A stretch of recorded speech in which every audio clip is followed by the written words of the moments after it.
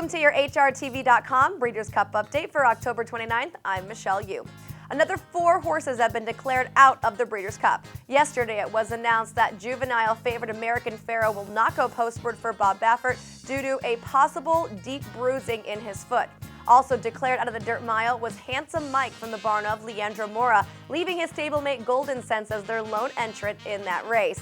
And then today it was announced that Breeders' Cup Turf champion Magician will not go postward in the Breeders' Cup and in fact has been retired. Trainer Aidan O'Brien saying this morning that he was properly lame and so will just go on to stud. Also out is Free as a Bird from the barn of Ian Wilkes. The fillies won 5 in a row, and when she got on the plane in Louisville, the engine spooked her. So they did back her off the plane, and they opted not only not to try again, but not to send her at all. Her deflection allows Ageless to get in to the Breeders' Cup Turf Sprint.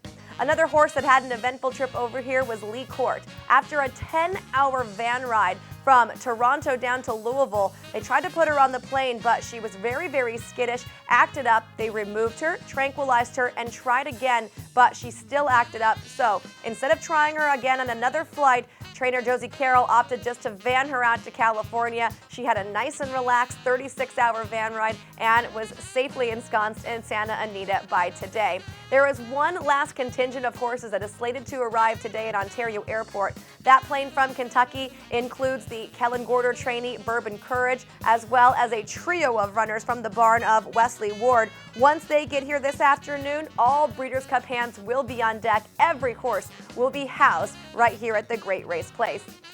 A little bit after 7:30 this morning, a whole herd of Euros hit the track, which of course sent photographers scurrying for their cameras. The majority of them took a lap around the dirt course and then made their way over to the grass, a couple of them making some very nice appearances. Commemorative, actually, galloped out on the turf course, came down to the rail inside the dogs around the turn, and then slowly drifted back out going down the stretch. I did think it was a very strong bit of work today. Dank also took several laps around and then finished up with a strong gallop or a mild blowout in company right behind her stablemate Telescope. This is the most relaxed she has appeared in the last couple of days that we've been able to see her.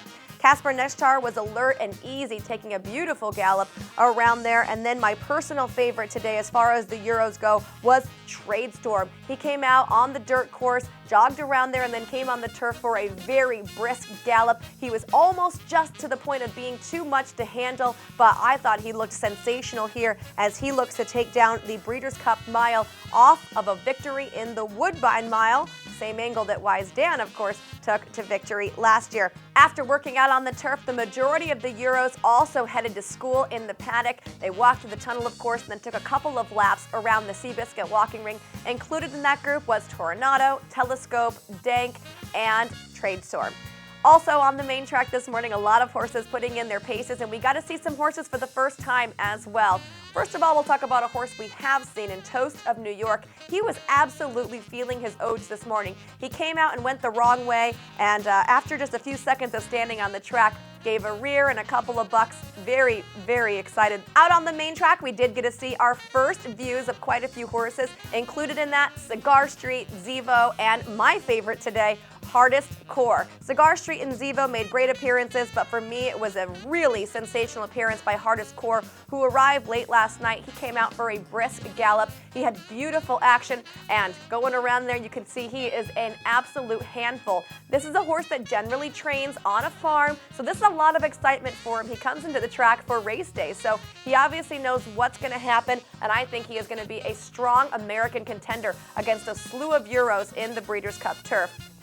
Also making a good appearance today was Upstart. He was a very big 2-year-old, and I thought, wow, when I first saw him, he's got a beautiful stride as well, and I thought he made a fine appearance. This is my first view of him today. And also a more locally based horse was Tapiture. He looked super strong today. He's been out here for quite a while now in the barn of Steve Asmussen, so he's been able to acclimate to Santa Anita, and this is the strongest I've seen. He's turned in some very nice works, but today he was an absolute handful for his gallop boy Carlos, and if this Tapiture is going to come forward in the dirt mile, everyone else needs to watch out. To see all of these horses gallop and any works that we have, make sure to log on to HRTV.com. It is the complete place for all of your news, updates, and of course, the works. Also, make sure to stay tuned to HRTV Daily for all of the news, updates, and of course, that wonderful show, Pursuit of the Cup. Thanks for joining us. See you next time.